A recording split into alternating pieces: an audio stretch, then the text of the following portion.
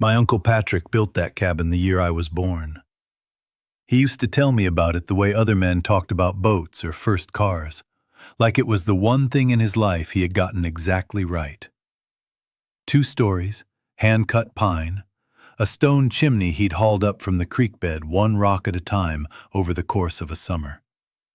43 miles from the nearest paved road, if you counted the logging tracks. Off the grid in every meaningful sense. He died the winter I turned 26, lung cancer that moved faster than anyone expected, and the cabin came to me because there was no one else. I'd been there maybe 8 times in my life. I knew the rough shape of the road in. I knew there was a generator under a tarp on the north side. I knew the well had a hand pump for when the electric one quit. That was about all I knew, and that was what I was working with when the world started coming apart. I'm going to tell this slowly because that's how I remember it, not as a sequence of disasters, but as a long-held breath that eventually had to be let out.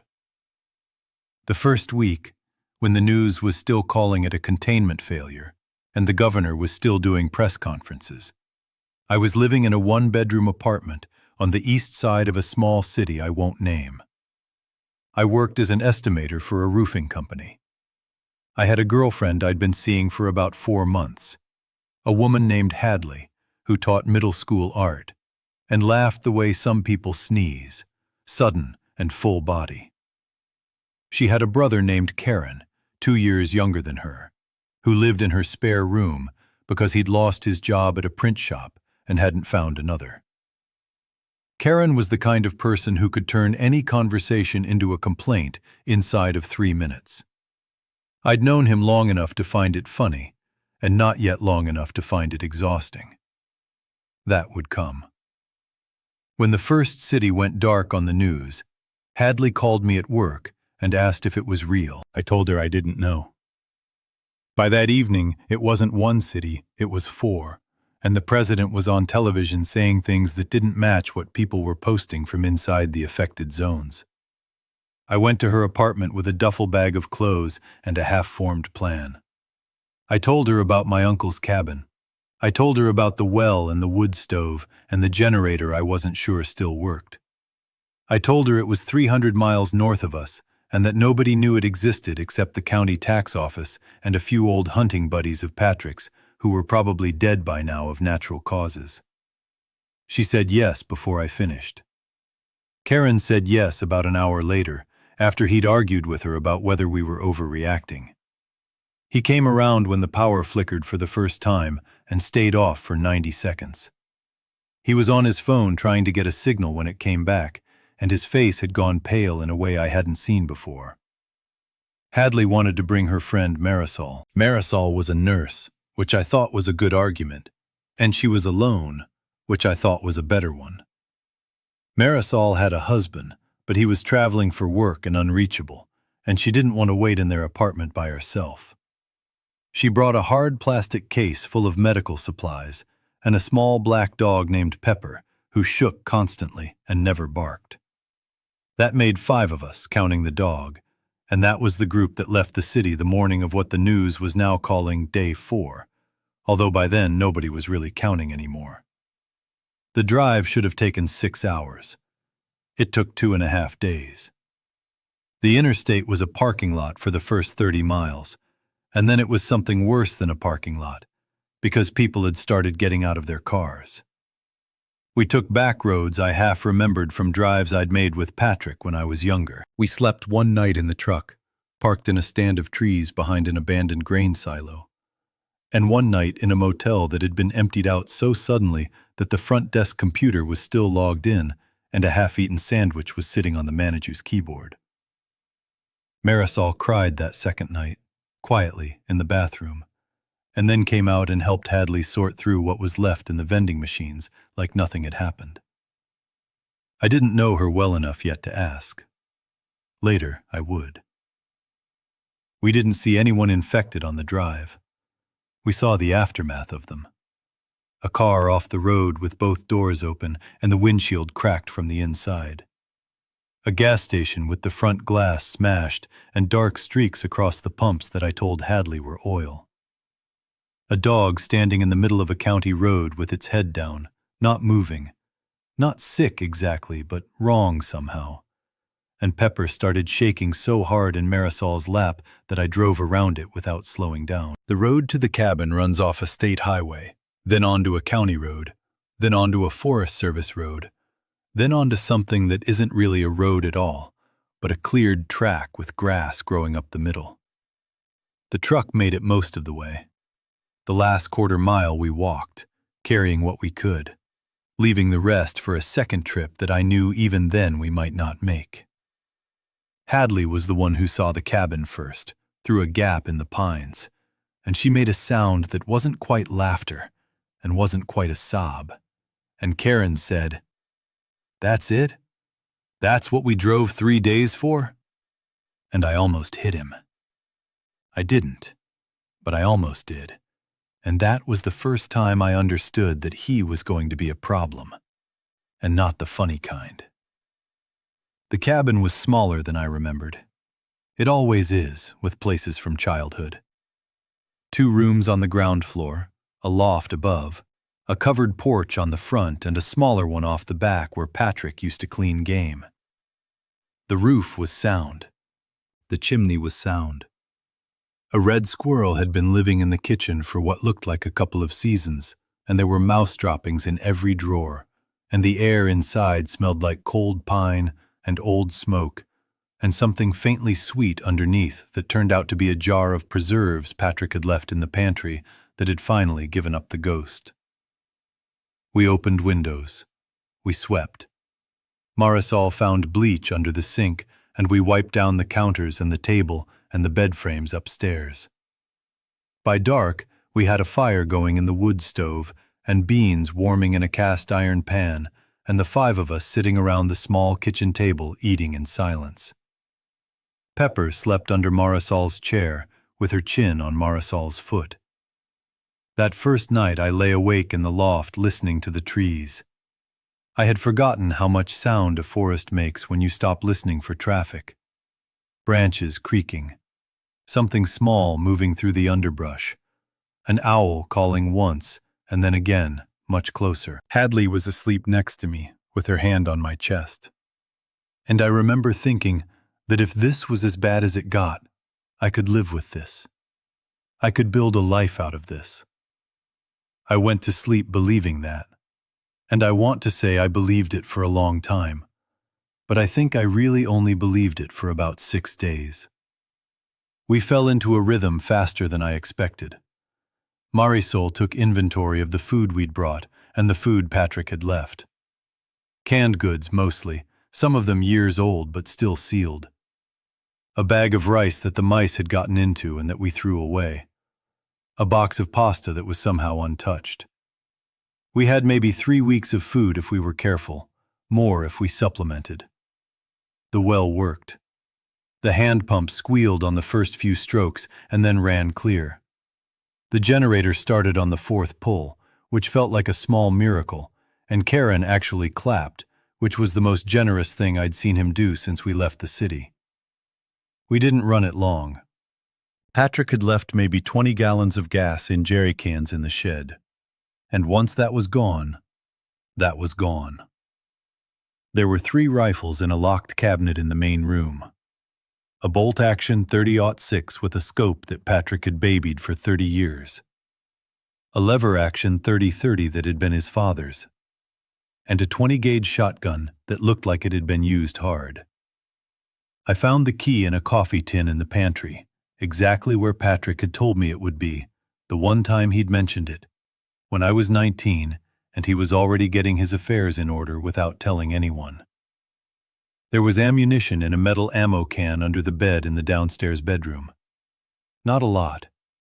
Enough to hunt with for a season. Not enough to fight a war. I didn't say that out loud. Hadley took to the cabin the way I'd hoped she would. She was the one who suggested we keep a journal, who started a small herb garden in the cleared patch behind the back porch, using seeds Patrick had stored in an old film canister, who sang while she washed dishes in the metal basin we kept on the counter. She was the one who held the group together in those first weeks, more than I did. I was busy trying to remember everything Patrick had ever told me about the property, walking the perimeter, marking trees, looking for places where deer trails came close to the cabin. She was busy making it a home. Karen was busy being Karen.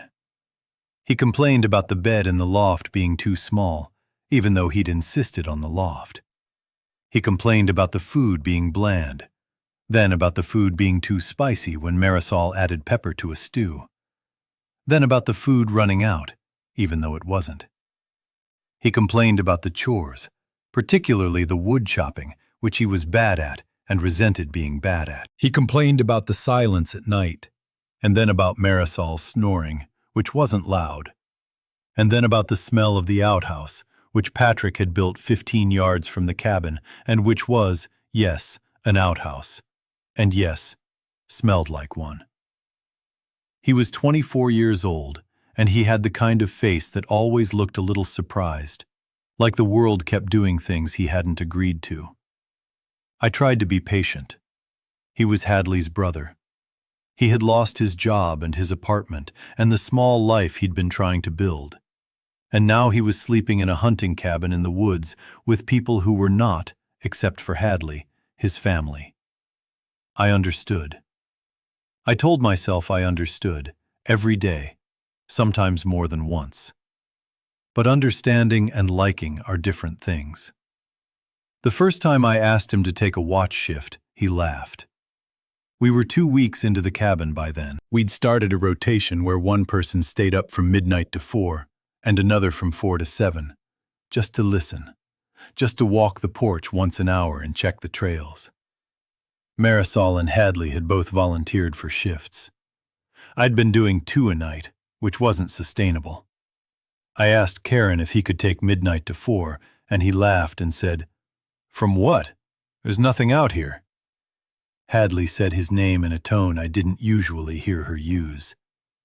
He took the shift. He spent it asleep in the chair by the window. I found him there at 4 in the morning when I came down to relieve him, and I didn't say anything. Because saying anything at 4 in the morning to a man like Karen is just teaching him to argue. I walked the porch myself. I listened to the forest. I went back to bed at 7 and slept for 2 hours, and when I came down, Hadley had already made coffee, and her brother was eating oatmeal at the table like nothing had happened. That was the pattern. He'd do the thing badly, or not at all, and Hadley would smooth it over, and I'd file it away. Marisol watched all of it and said nothing. She had a way of being in a room without taking up space in it, and I think she'd decided early on that she was going to outlast Karen rather than fight him. She was probably right. I just didn't know how to do that yet. The first month at the cabin was, in retrospect, the best time. I want to say that plainly because I don't think I appreciated it then. The weather held. We had food. We had each other. The radio Patrick had left, an old hand crank thing that could pick up shortwave on a good night, gave us snippets of news that felt distant and unreal, like dispatches from another planet. Cities falling. Military installations overrun. A voice in what might have been Norwegian repeating the same phrase over and over for an entire evening. We listened, and then we turned it off. And then we ate dinner and played cards by the lantern light, and went to bed early, because there was nothing else to do. I remember one night in particular. It must have been the 3rd or 4th week. Hadley and I were on the back porch after dinner, sharing a cigarette I'd found in a drawer, and which was probably older than her. The moon was almost full. The forest behind the cabin was lit up in that strange silver way that makes everything look two-dimensional. She said, "What if we just stay here? What if we don't ever go back?" I told her we'd have to go back eventually. She said, "Why?" And I didn't have an answer for her. I still don't exactly. The honest answer is that I assumed someone would come for us, eventually, that the world would right itself, that the cabin was a way station and not a destination. I assumed wrong. But that night, with her shoulder against mine and the cigarette burning down between her fingers, I almost believed her question was a real one. The first sign that things were not going to hold came in the 5th week. I was checking a snare line I'd set on a deer trail about a half-mile north of the cabin. Patrick had taught me how to set snares when I was 12, and I'd been surprised how much of it had come back. I'd caught 2 rabbits that week, which was a small triumph. That morning, instead of a rabbit, I found one of the snares triggered and empty, the wire torn through in a way an animal couldn't have done. The grass around it was flattened. There was a boot print in the soft dirt by the creek bed below, deep enough that whoever had made it was carrying weight. It wasn't mine. I knew my own boot prints by then.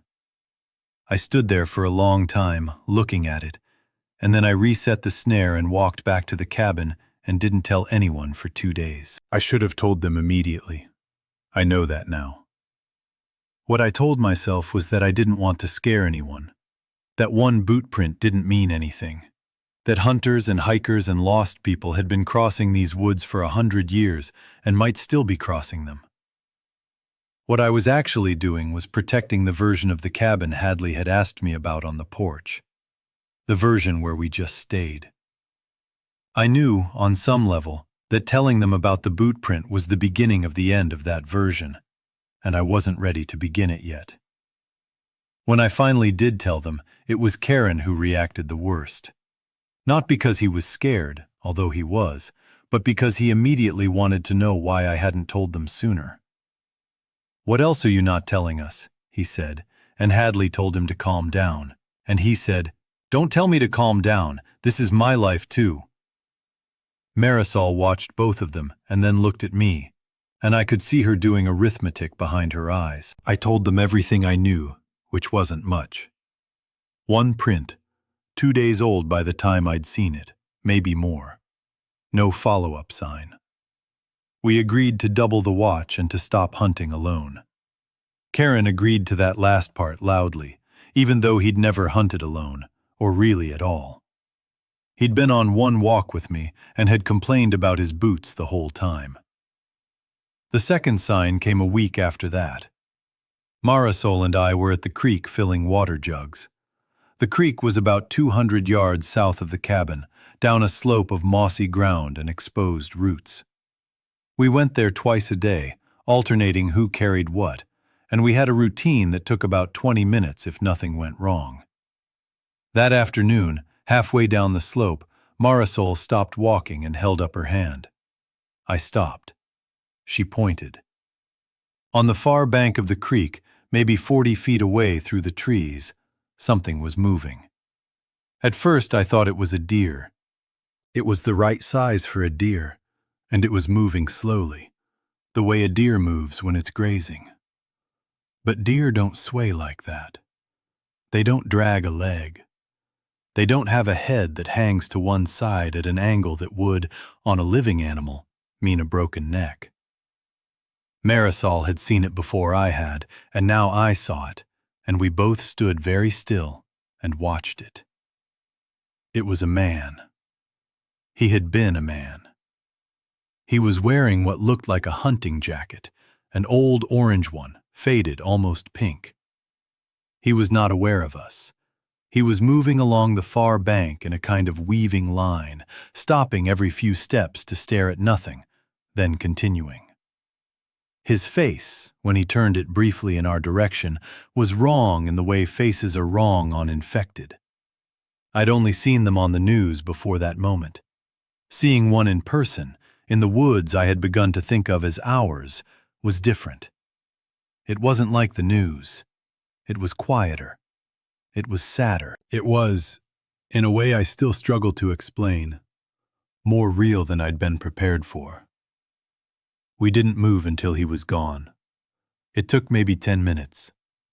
He drifted off downstream and out of sight, and we waited another 5 minutes, and then we filled the jugs as quickly and quietly as we could, and went back to the cabin without saying anything. We told the others over dinner. Hadley went pale. Karen put his fork down and said, "I knew it. I knew this place wasn't safe. We need to leave. We need to leave tomorrow." I asked him where he proposed we go. He didn't have an answer. He just kept saying we needed to leave, in that voice that wasn't really making an argument, just expressing a feeling. And Hadley finally put her hand on his arm and he stopped. We didn't leave.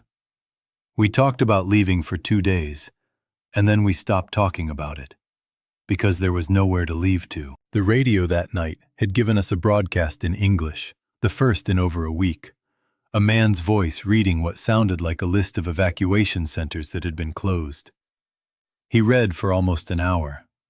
By the end of it, Hadley was crying quietly, and Marisol had taken Pepper outside, and Karen was sitting at the table with his head in his hands. I turned the radio off. I went out to the porch. I stood there in the dark and listened to the forest, and I tried to believe that the man on the far bank had been an isolated case, a single unlucky person who had wandered too far from wherever he'd come from, and I almost succeeded. We saw 2 more in the next 10 days, both at distance, both alone. After the second one, I started keeping the 30-30 within arm's reach whenever I left the cabin, even just to use the outhouse. I hadn't fired it yet. I wasn't eager to. The sound of a rifle in those woods would carry for miles, and I had begun to understand that sound was the currency we were spending, and we didn't have much of it. Sometime in the 7th week, the weather changed. The first cold snap came on a Thursday night, and by Friday morning there was frost on the inside of the kitchen window. We'd been low on firewood since the start, and now we had to be serious about it. Karen and I spent 3 days in the woodlot behind the cabin, dropping deadfall and sectioning it with the chainsaw Patrick had left, the one that had taken me an entire afternoon to get running. The chainsaw was loud. I hated using it. Every time I pulled the cord, I felt like I was ringing a dinner bell for everything within 5 miles. But we needed wood, and we needed it faster than we could cut it with the bow saw, and so we took the risk. It was during the 3rd day of woodcutting that Karen and I had our first real fight. We were stacking rounds against the side of the cabin, and he stopped to lean on his axe and said, "You know she's going to leave you, right?" I asked him what he was talking about. He said, "Hadley, when this is over, she's only with you because of the cabin. She told me." I knew he was lying. I knew it the way you know your own name. But the thing about a man like Karen is that he doesn't lie because he wants you to believe him. He lies because he wants to see what your face does. I tried to keep my face from doing anything. I think I mostly succeeded. I said, "Help me carry these." And he grumbled and bent down for a round of wood, and we didn't speak for the rest of the afternoon. I told Hadley that night. I shouldn't have. She was tired, and we were lying in the loft under 3 blankets. And I told her what he'd said because I needed her to tell me it wasn't true. She did. She also cried, which I hadn't expected. And she said, "He does that. He's done it my whole life. He says things to make people doubt each other. He thinks it's funny." I asked her why. She said, "Because if everyone else is unhappy, he doesn't have to feel like the unhappy one." That was the most clear-eyed thing she ever said about her brother. And I think saying it out loud cost her something. The 8th week brought the strangers. There were 2 of them.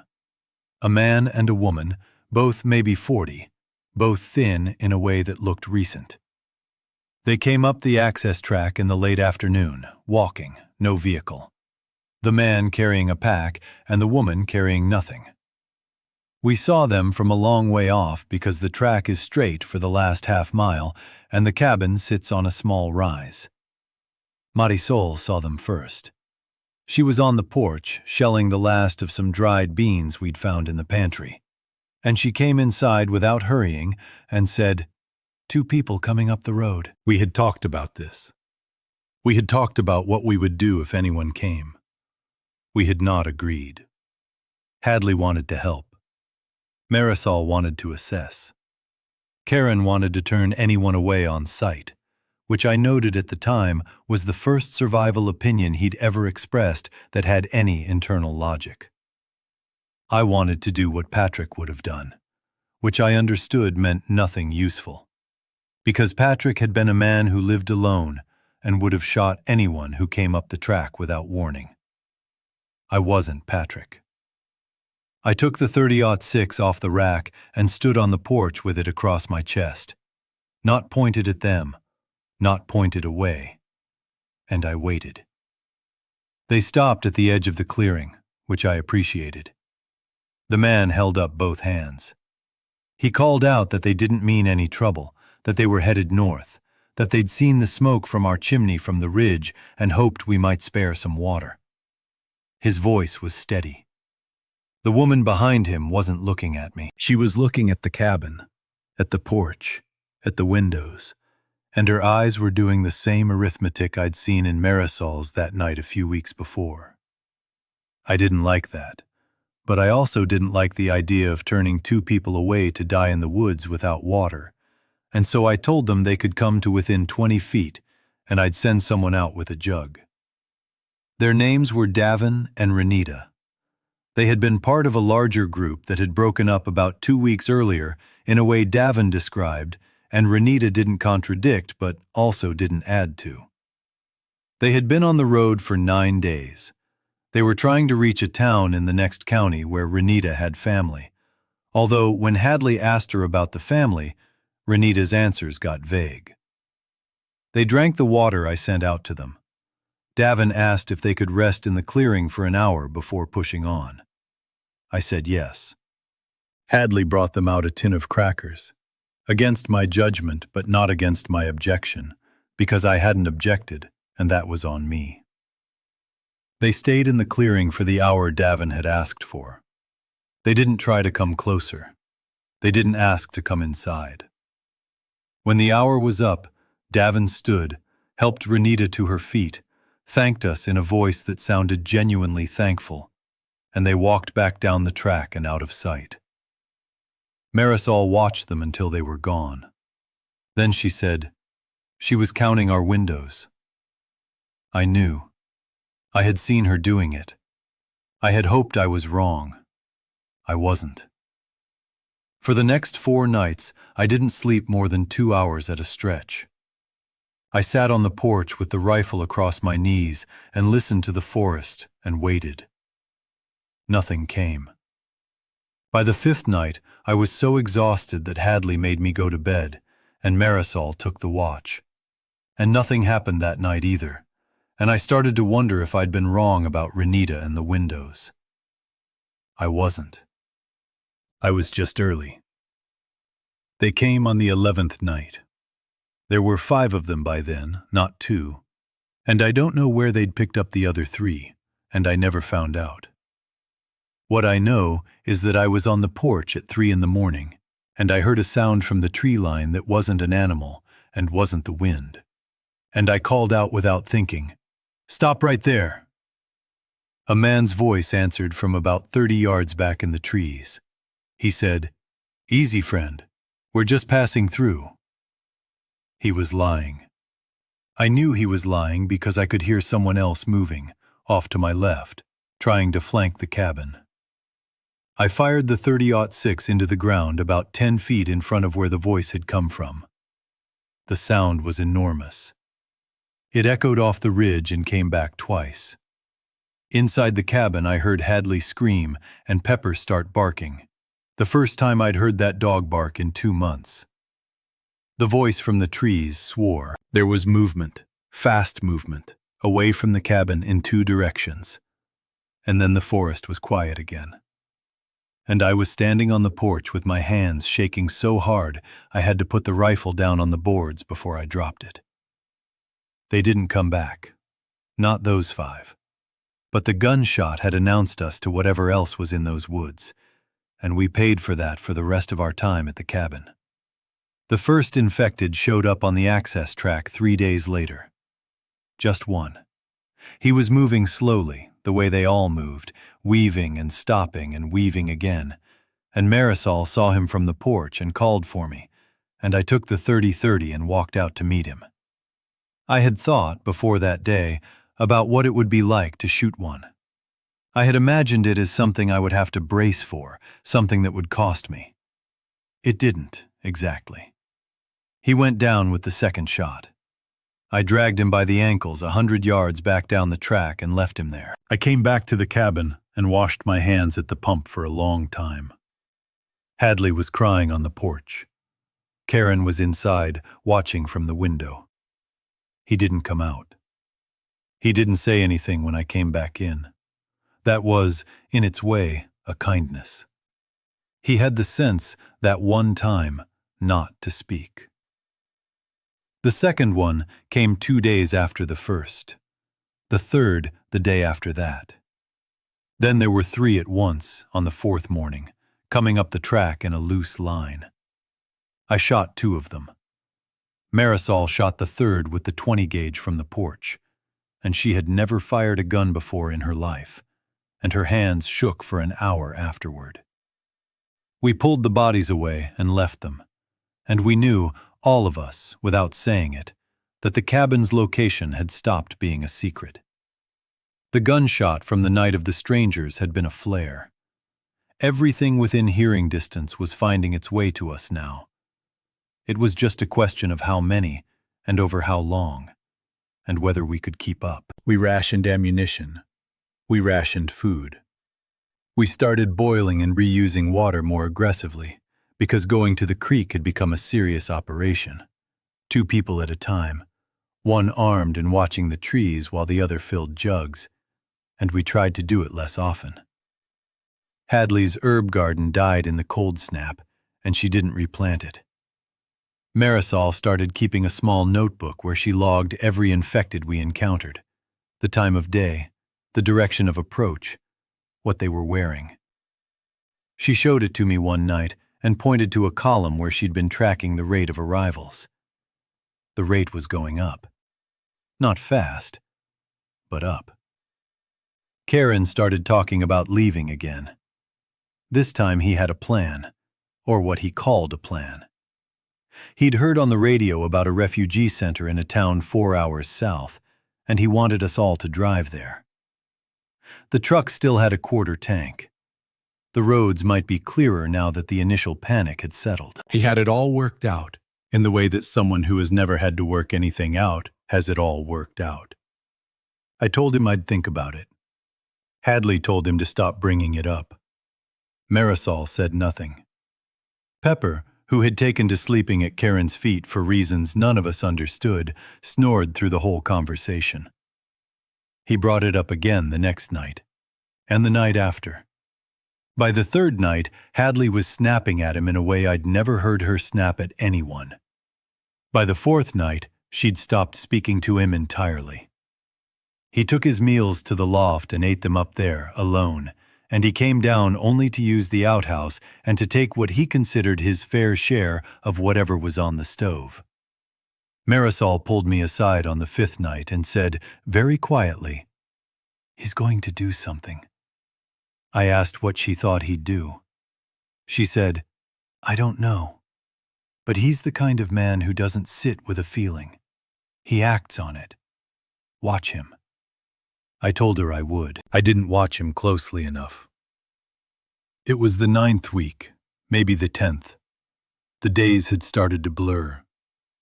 I came down from the loft at 6 in the morning to find the cabin door standing open and the truck keys gone from the hook by the stove, and Pepper standing in the doorway, looking out at the empty space where the truck had been. Karen had taken the truck. He had taken about 1/3 of what was left of the food. He had taken the 20 gauge and most of the shotgun shells.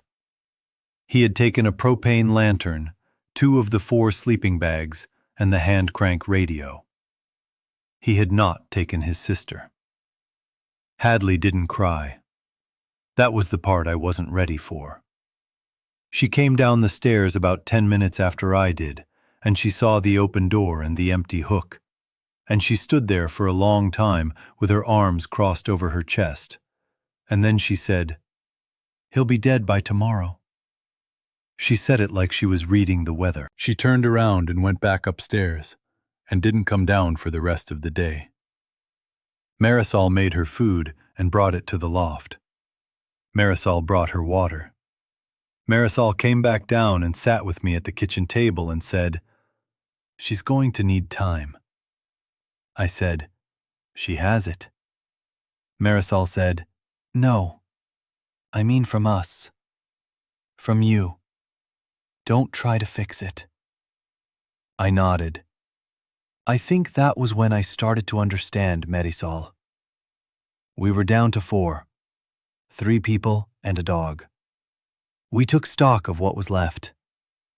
We had maybe 2 weeks of food on tight rations. We had the 30-06 and the 30-30 and about 60 rounds between them. We had the well, which still worked, although the hand pump was getting harder to operate as the temperature dropped, and I wasn't sure what we'd do when it froze. We had wood, which we'd been cutting steadily, although not as steadily since the gunshot night. We had each other. That was the inventory. The next 10 days were the quietest of the entire stay. The infected kept coming, but slowly, in 1s and 2s, and we got better at handling them. Marisol and I worked out a system where we'd let them come up the track to a particular tree, a leaning birch about 60 yards from the cabin, and one of us would shoot from the porch and the other would watch the flanks. We didn't waste rounds. We didn't talk about it afterward. Hadley took to spending most of her time in the loft, coming down for meals and chores and then going back up. She wasn't broken, exactly. She was processing. Her brother had left her in the woods to die, and she was trying to figure out what to do with that information, and there was no rushing her. I tried, in those days, to reread the cabin. I had thought of it, when we first arrived, as a refuge, a place that would hold us. I had thought of the woods around it as a moat. I understood now that I'd had it backwards. The cabin wasn't holding us. It was holding the line. The woods weren't a moat. They were the front. Every day the front moved a little closer. Every day the line got a little harder to hold. Patrick had built the cabin to be alone in. He hadn't built it to be defended by 4 people from a slow tide of dead neighbors. Nothing had been built for that. We were improvising on top of someone else's quiet life, and the improvisation was getting thinner. The thing that finally broke us wasn't the infected. It was the well. It happened on a morning in what must have been mid-November, although I'd lost track of dates. The temperature had been dropping for a week. There was snow in the air, not falling yet, but waiting. I went out to the pump to fill the kitchen jug, the way I did every morning, and the handle moved freely and brought up nothing. I worked it for a full minute. Air, then more air. I went back inside and got Marisol. She tried it. Same result. We pulled the cover off the well, and I lowered a flashlight on a string, and the water level was 12 feet lower than it had been 3 weeks earlier, the last time I'd checked. The drought we'd been in for 2 months had finally caught up. The well wasn't dry, but it was close to it, and the hand pump couldn't reach what was left. We had one option, which was the creek. The creek was 200 yards away, in the open, and it had become the most dangerous ground on the property. We'd been using it less and less. Now we'd have to use it daily, in volume, until the snow came and we could melt that for water. The math wasn't good.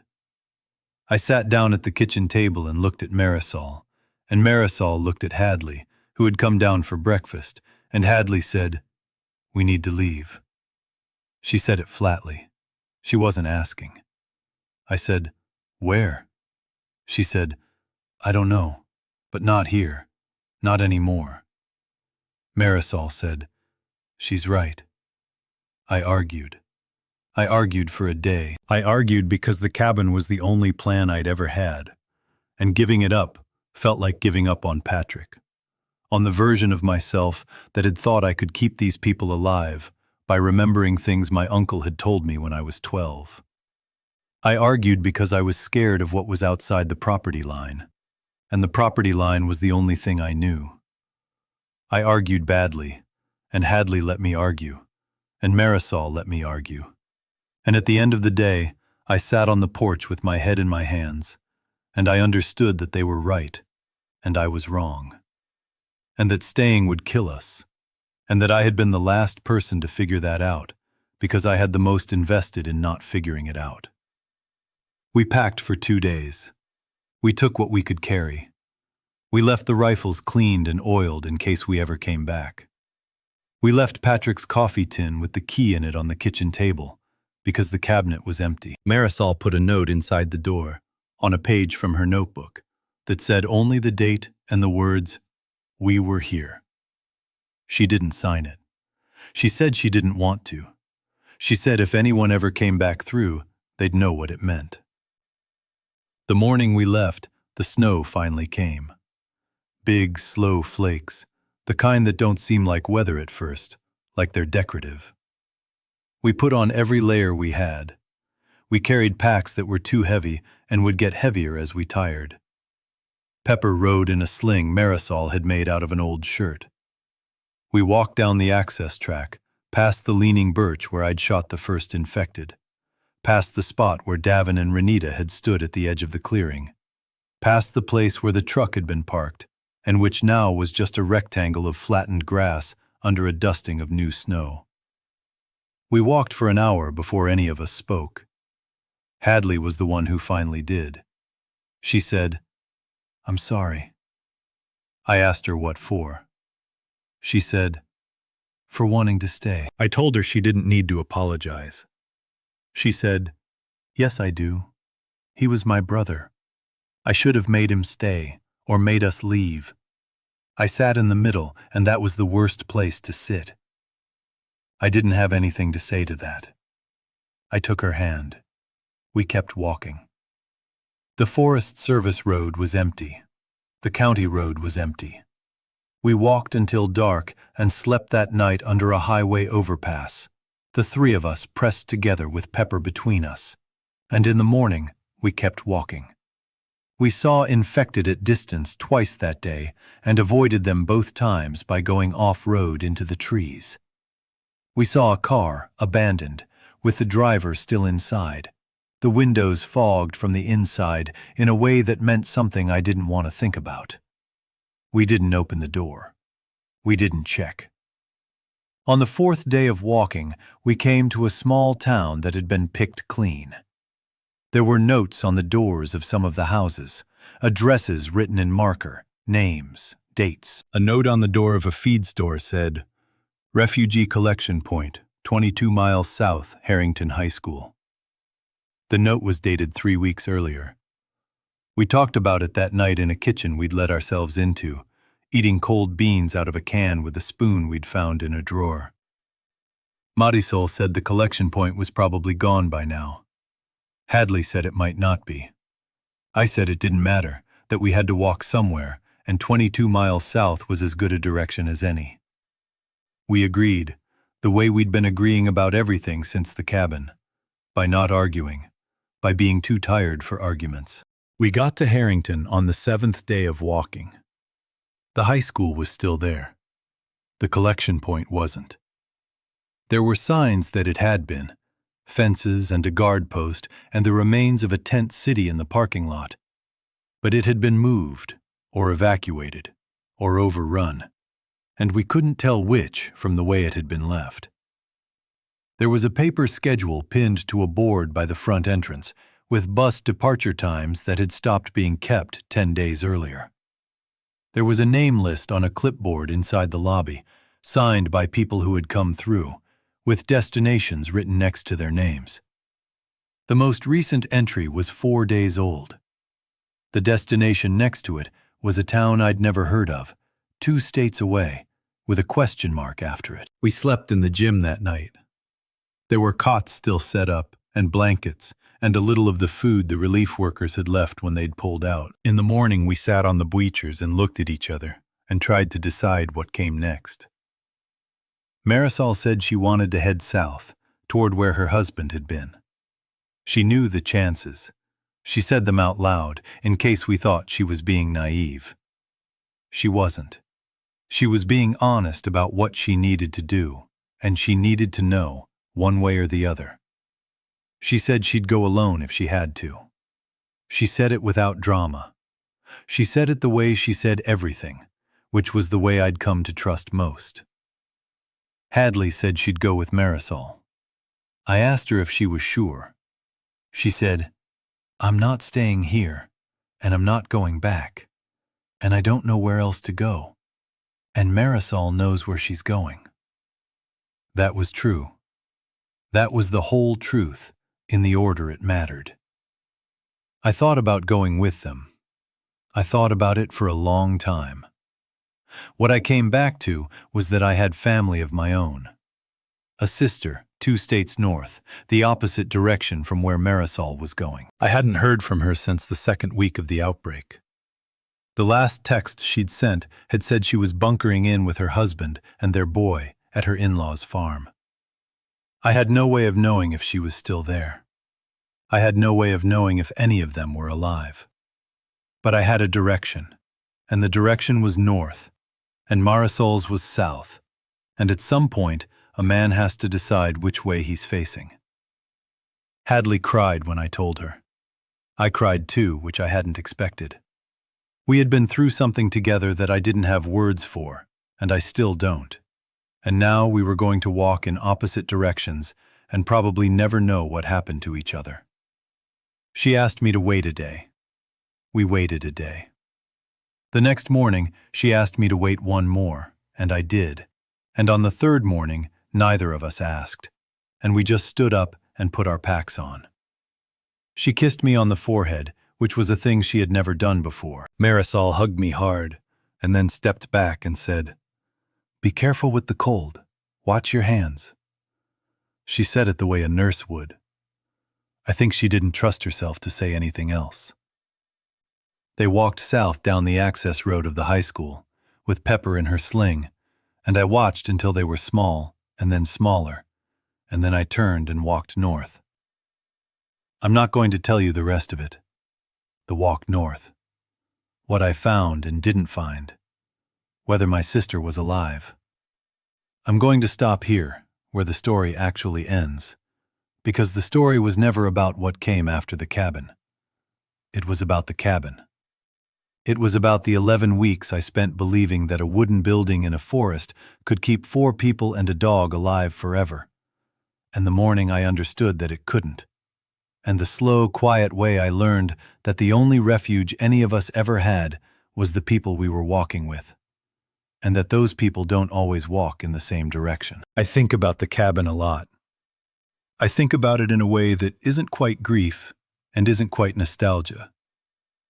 I think about Patrick, building it alone over the course of 3 summers when he was a young man, every stone in the chimney lifted from the creek by hand. I think about how he must have imagined it, a place to be quiet in, a place to come back to after a long season. He never imagined it as a fortress. He never imagined 4 strangers, 3 of them strangers to him, sleeping under the roof he'd cut and nailed and praying that the well would hold.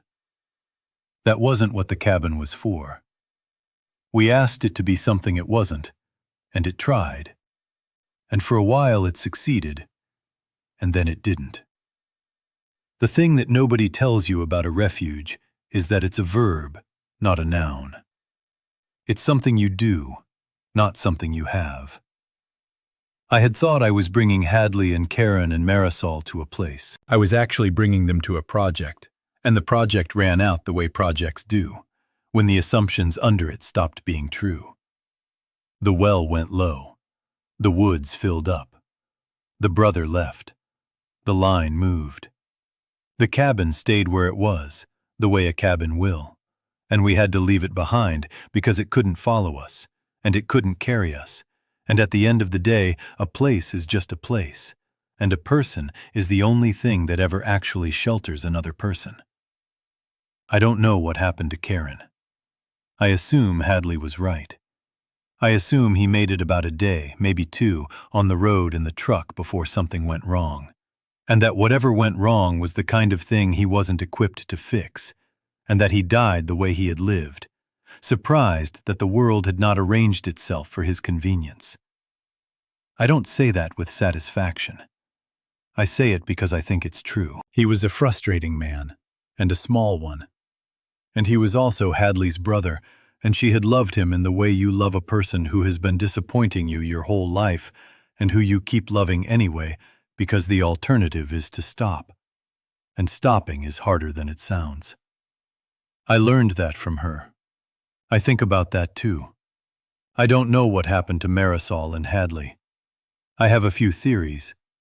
I don't share them, even with myself, because the not knowing is a kind of company at this point, and I'd rather have the company than the answer. I hope they made it. I hope Pepper made it. That dog was the smallest member of our group, and somehow the steadiest one. And if there's any justice, she's curled up on someone's foot right now, in a place where the doors lock and the water runs. I'm telling this from a town that has electricity again. Not all the time. Mornings mostly, and a few hours at night when the generators are running. I'm telling it because I was asked to, by someone who is collecting these stories for reasons that are not entirely clear to me, but which I've decided to trust. I'm telling it because I think the cabin deserves to be remembered as what it was, which was a place we tried very hard to make into something it wasn't, and which let us try, for as long as it could. The last time I dreamed about it, I was on the back porch with Hadley, and the moon was full, and she was asking me what would happen if we just stayed. In the dream, I said yes. In the dream, we stayed. The forest didn't fill up. The well didn't go low. Karen learned to chop wood. Marisol's husband walked up the access track one morning, and Pepper ran out to meet him. And the radio came back on with a voice that was finally saying something we wanted to hear. I woke up in the room I'm sleeping in now, which is small and warm and not in the woods. And I lay there for a long time with my eyes open, and I didn't try to go back to the dream, because the dream wasn't the truth. And I have decided, in the years since, to live in the truth where I can. The truth is that the cabin saved us for a while, and then it stopped saving us, and we left it. The truth is that I miss it.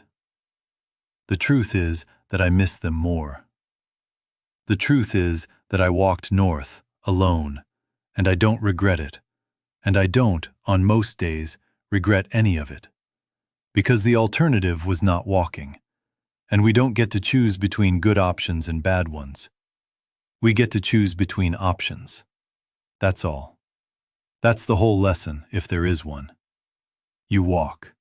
You stop. You walk again. You carry what you can, and you leave what you can't. And sometimes what you have to leave is a building your uncle built with his own hands. And sometimes what you have to leave is a person you love. And you don't ever stop being the man who left those things. But you don't have to stop being a man either. You keep going. The forest keeps going. The snow falls and melts and falls again, and the cabin, somewhere, is still standing, or it isn't. And either way, it's not the point. The point is that we were there. The point is that for a while, 4 people and a dog, we held a small piece of ground against a thing that was bigger than we were. And we held it longer than we had any right to. And when we couldn't hold it anymore, we walked away together, mostly. And we kept being people, mostly. And that is the whole story. And that is enough.